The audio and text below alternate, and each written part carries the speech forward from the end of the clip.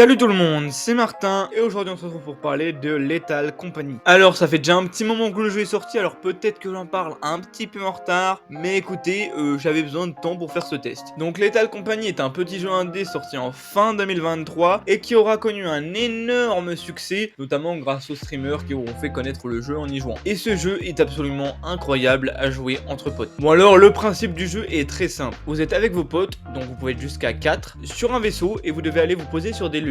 Les lunes c'est un peu comme si des planètes et vous devez aller les visiter. Et vous aurez un quota d'argent à remplir. Pour le remplir c'est simple, il va falloir fouiller les objets qui se trouvent sur les lunes, puis aller les vendre à un monstre qui se trouve sur une autre lune. Et croyez-moi entre potes ça peut être très fun. Déjà parce que dans le jeu il y a un chat de proximité, ce qui rend le jeu déjà beaucoup plus fun parce que vous entendez vos potes à distance, à des moments vous allez tout d'un coup plus entendre et vous allez vous approcher, vous allez entendre marcher, vous allez dire tiens c'est toi, alors qu'en fait vous allez voir un putain de monstre vous foncer sur la gueule. Alors croyez-moi, c'est pas non plus je pense un jeu d'horreur Lethal Company, même si un petit peu, mais quand vous voyez un gros monstre sans vous y attendre, ça peut faire très peur. Après on a la team des potes pas du tout sérieux qui foutent la merde pendant les games, qui mettent des mèmes, qui commencent à faire des cris et tout. Enfin, imaginez vous avez ce genre de potes. Enfin, c'est pas du tout moi. Moi, je suis vraiment le mec sérieux, RP et tout.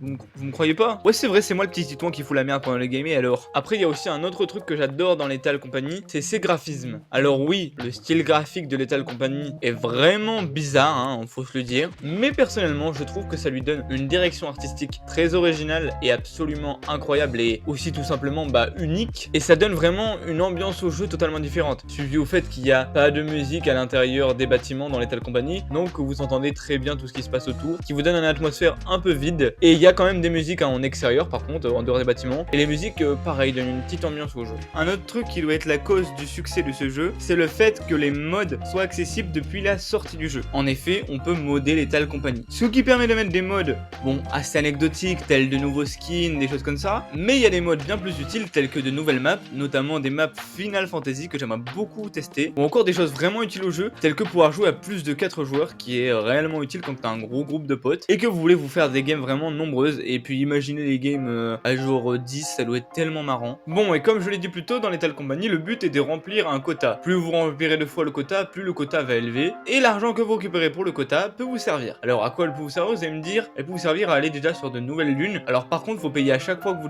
voulez aller sur de nouvelles lunes. Ce qui fait qu'en gros, vous payez seulement le voyage, et donc vous devez payer très cher si vous voulez faire beaucoup de voyages sur une lune. Vous pouvez aussi payer d'autres objets tels que les téléporteurs, qui permettent simplement de téléporter des joueurs qui sont sur le point de crever, ou encore des cadavres, parce que oui, quand on revend les cadavres de ses potes, ça fait perdre moins d'argent à la fin de la game dans le quota. Et cet argent peut aussi nous servir à obtenir des ravitaillements, tels que des lampes torches, ou encore des talkie-walkie. D'ailleurs, les deux ont de la batterie qu'il faut recharger dans le vaisseau. D'ailleurs, dans votre vaisseau, vous aurez plein d'autres choses utiles, telles que l'écran qu'il y a dans votre vaisseau, qui vous permet simplement de suivre la caméra de vos potes. Ce qui fait que vous pouvez prendre un talkie-walkie, vos potes en prennent un aussi, et vous pouvez leur parler en regardant leur position, et vous pouvez aussi leur indiquer où est-ce qu'il y a des objets, où est-ce qu'il y a des monstres, etc. Dans le vaisseau, nous avons aussi le terminal, qui vous permet simplement de rentrer des commandes pour pouvoir se poser sur une lune, en notant le nom de la lune avec la commande Moon, et en pouvant faire aussi le Company Create, qui vous permet simplement d'aller voir le monstre à qui vous devez vendre les objets du quota.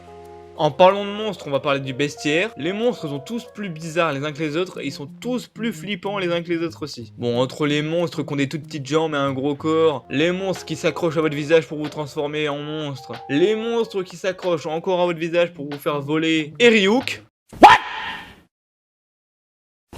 vous avez de quoi faire. Et c'est là que je me dis vraiment que les jeux indés c'est l'avenir, parce que réellement le mec il était tout seul et c'est lui qui a créé tout ça, tout ce jeu avec un concept aussi original que ça. C'est un seul mec qui l'a fait. Alors c'est sûr que à côté quand tu vois Activision et Ubisoft tu te marres bien hein. Non mais vraiment le mec il s'est réveillé un matin, il s'est dit et si je développais un jeu.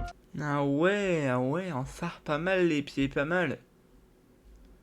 Tiens, et si je développais un nouveau jeu? Bon, faut se le dire, Lethal Company est vraiment une dinguerie pour savoir que c'est un seul mec qui l'a développé surtout. Et en plus, quand on sait que le jeu coûte seulement 10 €. Alors pour le moment, le jeu est uniquement disponible sur PC et Steam Deck, mais peut-être que par la suite, une version PS5 et Xbox serait possible. Peut-être même sur Switch, hein, vu que le jeu n'est pas très gros et peut tourner à peu près partout. Bon, et pour conclure cette vidéo, je dirais...